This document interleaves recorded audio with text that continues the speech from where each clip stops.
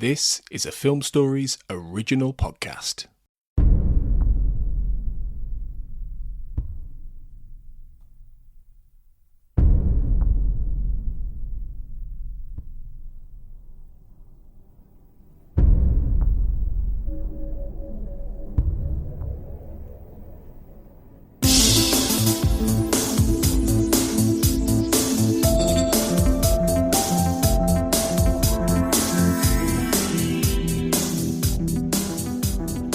Welcome back everyone to the X-Cast. The truth is in here. I'm your host, Tony Black, and welcome back to I Want to Believe Minute, where we unpick the second X-Files movie 1 minute at a time.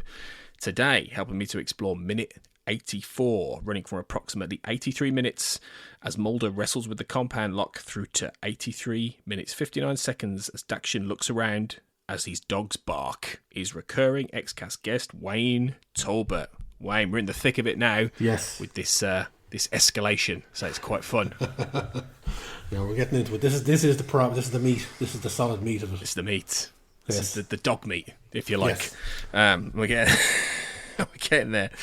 So as we said in that previous minute about how cool this compound location was that Mulder comes into, Chris Carter on the commentary makes a very similar point.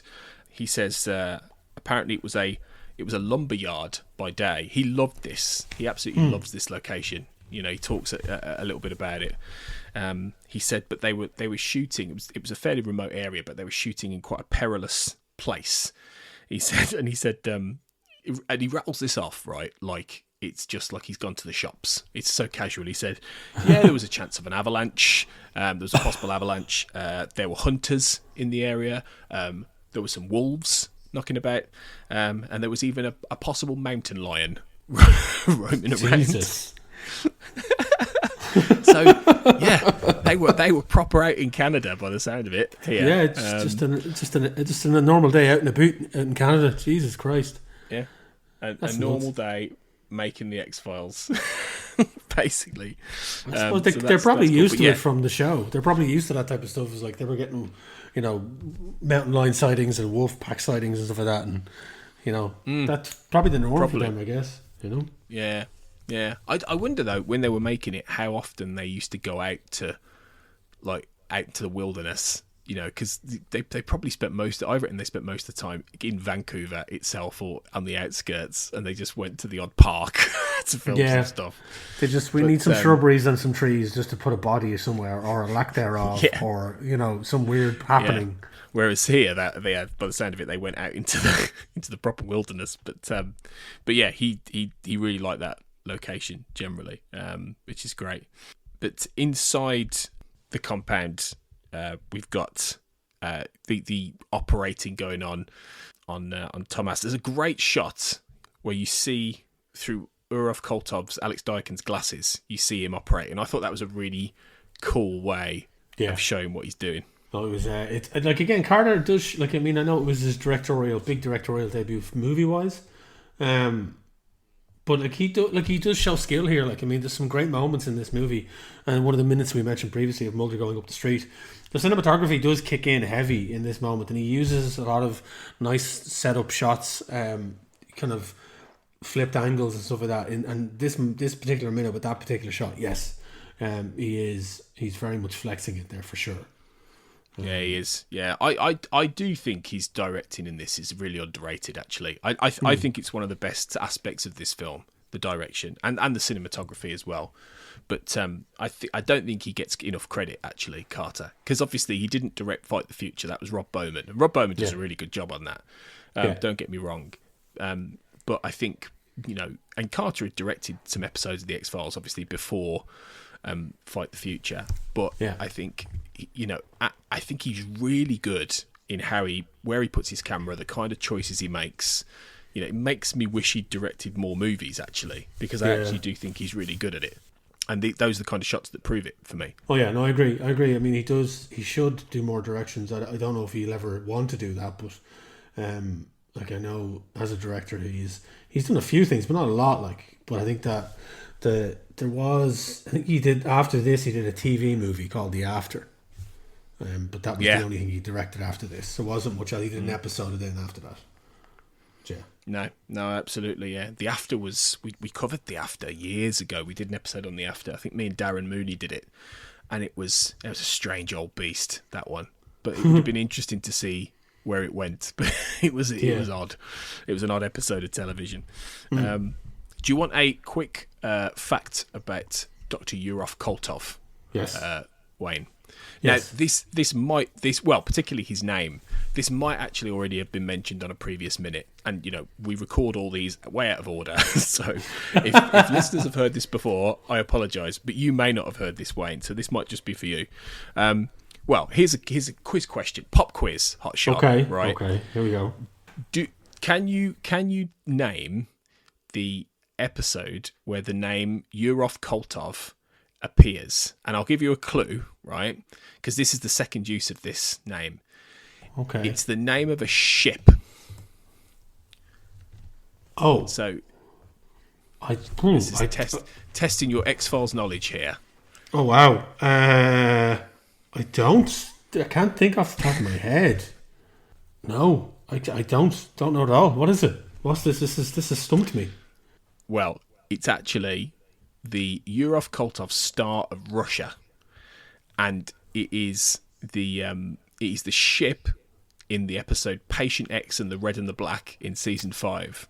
Oh, where, I don't know if you recall this, but it's where Krychek is on that ship basically, and the well-manicured man goes to see him, and he's sort of held prisoner on there.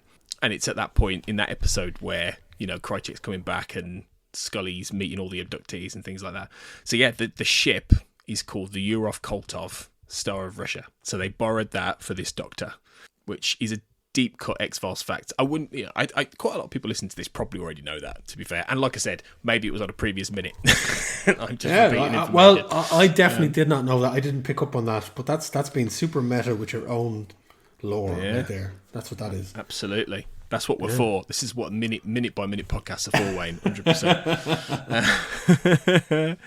But when I thought there was an interesting beat though when Yurov Koltov pushes Dakshin away when he tries to interfere when he's operating on Tomashin.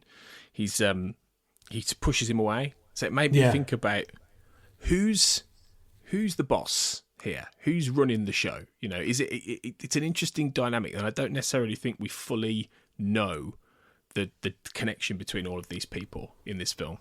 We don't, and I don't know whether that's a deleted scene somewhere or if there's something. I don't know if you heard anything on the commentary that alluded to this, because I found myself rewinding moments in the movie, kind of going, did I miss something? Did I not catch where they were talking about this particular group? Are they, because they do allude to it later on in the movie about the Koltov character, and like they kind of lay everything on him as the reason why this is happening, but I thought I'd missed something where they were explaining who all of these people are, and are they part of an ex kind of Russian or Ukrainian scientist unit. I think there is a slight explanation to it at some point about when they find the severed arm, and there's some other bits and bobs that they talk about, but I don't think it's ever fully explained who the big boss is, because you think it's a Dakshin, but then when you see that, and I saw that moment as well, and I thought maybe it was just a case of, look, you need to get the fuck out of here because we're working on this guy, and it's kind of like in a hospital when a loved one wants to follow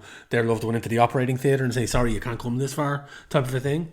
And I did laugh in that moment as well, where it was like what are they worried about? Are they worried about he's going to get some contagion in this horrible piss-coloured room where they're all wearing these horribly filthy robes and like their face masks are actually... It gave me a giggle because I flashed back to during the pandemic where people wore their face masks on their chin because they thought they worked that way. And these guys are also wearing their face masks on their chin, and as they're operating, kind of going, what is the point of that? But I think that is there's that muddiness about that particular group overall, for sure. In terms of deleted scenes, there are deleted scenes because there are multiple sort of slightly different cuts of this movie, which is made, to be honest, it's made it's made recording this more difficult than Fight the Future, because that's a little bit more linear, whereas there are various different cuts on various different things, whether it's the Blu-ray or the DVD or in America or in the UK.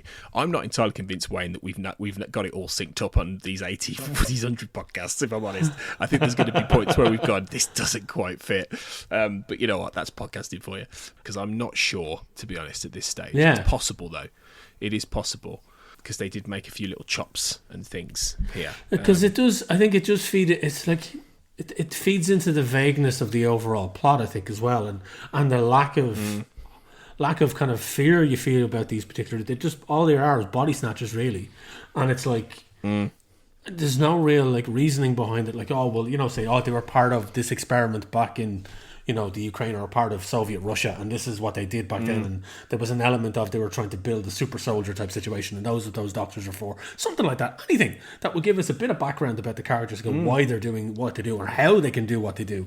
I'm trying to remember I think they did allude to something. I think Scully's alludes to something when she looks at the blood work of the severed arm or something. There's something about radioactive things. But they don't fully go into that, so that's why it leads me to believe there is something somewhere cut, and maybe it's not in the deleted scenes that we get somewhere on a Blu-ray or a DVD. But I definitely think there's chunks of this plot that ended up on the cutting room floor for whatever reason. There are probably a lot of listeners screaming at us right now. Yeah, probably the answer to this. Yeah. So if that's one of you guys, yeah, we'll get there eventually. Or it might already have been talked about, Wayne. That's the beauty of non-linear minutes. But it's possible. So on the outside, we've got Mulder getting in, scales the fence. He can't get through the lock. He scales the fence. Bit of David Duchovny stunt work there, by all accounts, when he's Action Man Mulder scaling the fence. And then we get dogs. Then we get dogs attacking. And some very interesting dogs, which we'll find out in the next minute. I think that there's a classic bit of the trailer shot here where Mulder shields his face from the dog attacking, and that was very much a trailer moment, I remember, and you just don't know the context at that point where he shielded his face, and I thought it was quite savage, this, you know, the way it's shot. It was, you know, with the dog, and in fact Chris Carter said that he didn't intend it to be quite that savage. He didn't intend to show the gnashing teeth of the dog, but it actually comes out in the edit when they're putting the edit together. That ferocity is something they add in. What do you think of that? Do you think it was quite a good immediate way to put Mulder in peril, I guess? I don't know. I kind of saw it telegraphed. They did telegraph a wee bit when the girl tried to escape, and we saw the dog kind of charge her a wee bit, so we kind of knew that there were guard dogs there. So I kind of had a feeling it was about to happen. But I think the way they had the camera down low to the ground as the dog was coming at him, and then Mulder kind of backing away, and that there was an element of, we got to see the monster, but also they hid the monster a wee bit in the edit, because we get the shot of Mulder shielding himself, and then it kind of cuts away. But I think it was well handled. I think I don't know whether they had full confidence in the prosthetic that they had on the dog, because I felt it seemed to be quite dark, and I know it was at night time, but like there was no, like maybe the brightness on my TV needed to be up a bit more. But when the dog was rushing him, I felt it was more a silhouette, to a degree. Yeah. But there was a definite kind of like, Mulder was like, oh shit, you know, and it's not until afterwards, like we'd seen the preamble, I think, with Scully talking about the two-headed dog situation, and the shot of the dog's head on the kind of the slide deck. That's where they had. That's where it is now. Yes, that's what they've done. This is where they've given us the preamble for the bad guys. They talked about the experiments on animals. That's what it was. So we'd seen yes, I remember that now. Yeah, we'd seen the experiments on the animals, but that's all we'd seen. So they hadn't done the whole human thing, but it was animals that they were experimenting. Yeah. It was animal. I still think that silhouette factor is a bit intentional, though, to try and conceal that, and before you get the shot in the next minute of the dog. Yeah, I think there is a bit of an attempt there. Before we talk about that, I'll finish with a fun fact. So the dog, the actual normal dog that they used for this was called Oki, but then they decided when they put the prosthetic second head on, they would call that Doki. So he became Okie Dokie, which I like. Yeah, I know. That is such a Chris Carter dad sort of joke, isn't it? Very much so. It's like, let's take this creature that's meant to be ferocious and just call it Okie Dokie. Okie Dokie. Yeah, that made me laugh.